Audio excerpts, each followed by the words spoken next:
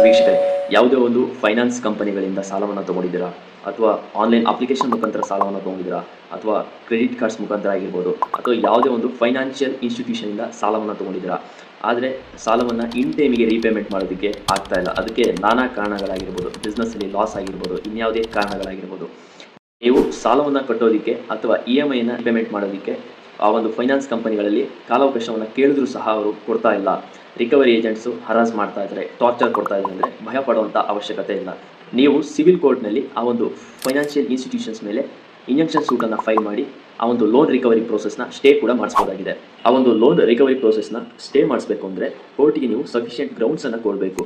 ನೀವು ಕೋರ್ಟಿಗೆ ಯಾವ ರೀತಿ ಕನ್ವಿನ್ಸ್ ಮಾಡ್ತೀರಾ ಅನ್ನೋದ್ರ ಮೇಲೆ ಲೋನ್ ರಿಕವರಿ ಪ್ರೋಸೆಸ್ಗೆ ಸ್ಟೇ ಆರ್ಡರ್ ಗ್ರ್ಯಾಂಟ್ ಆಗುತ್ತೆ. ಸೊ ಇನ್ನೊಂದು ಆಪ್ಷನ್ನು, ಈಗಾಗಲೇ ಡೆಟ್ ರಿಕವರಿ ಟ್ರಿಬ್ಯುನಲಲ್ಲಿ ನಿಮ್ಮ ವಿರುದ್ಧ ಫೈನಾನ್ಸ್ ಕಂಪ್ನಿಯವರು ಸಾಲ ವಸೂಲಾತಿಯಾಗಿ ಕೇಸನ್ನು ಹಾಕಿದರೆ ಅಲ್ಲೂ ಕೂಡ ನೀವು ಈ ಒಂದು ಲೋನ್ ರಿಕವರಿ ಪ್ರೋಸೆಸ್ನ ಕೂಡ ಸ್ಟೇ ಮಾಡಿಸ್ಬೋದಾಗಿದೆ. ಈ ಥರ ಲಾ ರಿಲೇಟೆಡ್ ವಿಡಿಯೋಸ್ಗೋಸ್ಕರ ನನ್ನ ಅಕೌಂಟನ್ನು ಫಾಲೋ ಮಾಡಿ. Thank you.